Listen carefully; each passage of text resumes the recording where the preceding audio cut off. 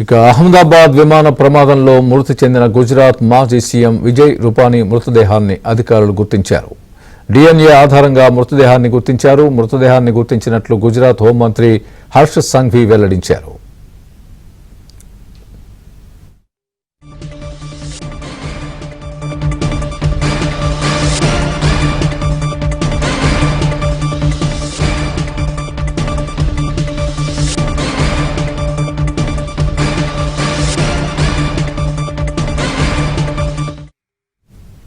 మరోవైపు అహ్మదాబాద్ విమాన ప్రమాదంలో మృతుల సంఖ్య అంతకంతకు పెరుగుతోంది. ఇప్పటి వరకు 279 మంది మృతి చెందారు. గాయపడిన వారికి చికిత్స కొనసాగుతోంది. విమాన ప్రమాదంలో మృతదేహాలకు డిఎన్ఏ ప్రక్రియ కొనసాగుతోంది. ఇప్పటి వరకు 19 మంది మృతదేహాలను గుర్తించారు. మృతదేహాల గుర్తింపు కోసం 36 మంది నిపుణుల ఆధ్వర్యంలో డిఎన్ఏ ప్రక్రియ కొనసాగుతోంది. గుర్తించిన మృతదేహాలను కుటుంబ సభ్యులకు అప్పగిస్తున్నారు.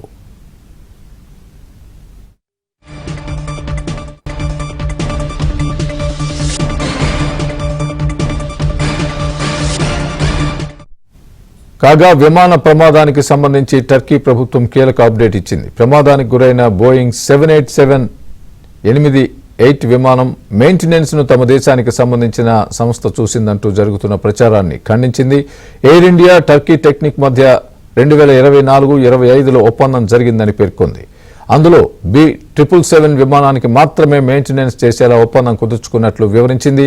అందులో బోయింగ్ 787 డ్రీమ్ లైనర్ ప్రస్తావన లేదని స్పష్టం చేసింది. ఇప్పటి వరకు ఎయిర్ ఇండియాకు చెందిన ఈ రకం విమానానికి టర్కీ టెక్నిక్ మెయింటెనెన్స్ నిర్వహించలేదని స్పష్టం చేసింది.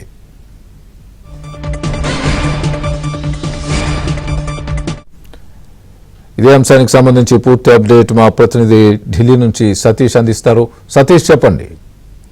స్వామి, డిఎన్ఏ పరీక్షల ఆధారంగా ఇప్పటి వరకు 32 మంది మృతదేహాలను అధికారులు గుర్తించారు. ఇప్పటి వరకు 32 మంది బాధితుల కుటుంబ సభ్యుల డిఎన్ఏతో బంధువుల డిఎన్ఏ కూడా సరిపోలిందనేది కూడా అధికారులు చెప్తున్నారు. ఇక 14 మృతదేహాలను ఇప్పటికే కుటుంబాలకు అప్పగించినట్టు కూడా సివిల్ ఆసుపత్రి వైద్యులు కూడా వెల్లడించడం జరిగింది. ఇక గుజరాత్ మాజీ సీఎం విజయ్ రూపానీ మృతదేహాన్ని కూడా అధికారులు గుర్తించారు. కుటుంబ సభ్యులకు అప్పగించి ప్రస్తుతానికి సివిల్ ఆసుపత్రి నుంచి నేరుగా ఆయన మృతదేహాన్ని కుటుంబ సభ్యులు కూడా అప్పగించినట్టు కూడా తెలుస్తుంది. విమానాశ్రయంలో ఇటీవల ఆయన కూడా చనిపోవడం జరిగింది. ఇంకా శరీరం పూర్తిగా కాలిపోవడంతోనే డిఎన్ఏ టెస్ట్ ద్వారా రూపాయల మృతదేహాన్ని కూడా గుర్తించినట్టు వైద్యులు చెప్తున్నారు.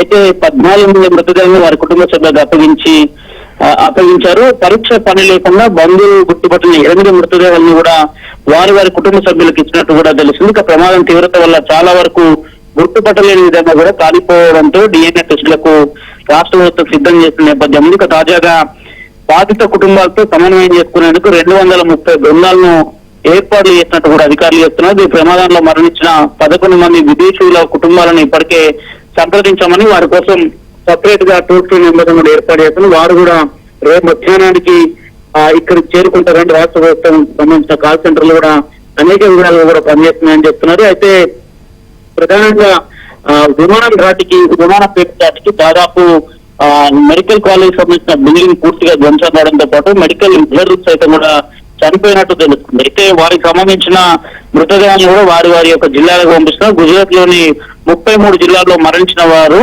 దాదాపు 18 వేరు జిల్లాలకు చెందిన వారు ఉన్నట్టు కూడా అధికారులు అంచనా వేశారు. వారికి సంబంధించి కూడా ఎవరి మృతదేహాన్ని అయితే ఐడెంటిఫై చేస్తారో వారికి సంబంధించి వెంటనే వారి కుటుంబాలకు ఇన్ఫర్మేషన్ ఇచ్చి నేరుగా అంబులెన్స్ ద్వారా వారి స్వగృహాలకు పంపేందుకు కూడా ఏర్పాట్లు చేస్తారు. దాదాపు ఉదయం నుంచి కూడా ప్రక్రియ మరింత వేగవంతమైంది. 2 రోజుల నుంచి కూడా డిఎన్ఏ టెస్ట్ కు సంబంధించి పెద్ద ఎత్తున శాంపుల్ సేకరణ జరుగుతుంది. ఒక్కొక్క డిఎన్ఏ టెస్ట్ నిర్వహించి తిరిగి వారిని ఐడెంటిఫై చేసేందుకు దాదాపు 36 గంటల నుంచి 72 గంటలు పడుతుందని కూడా అధికారులు చెప్తున్నారు.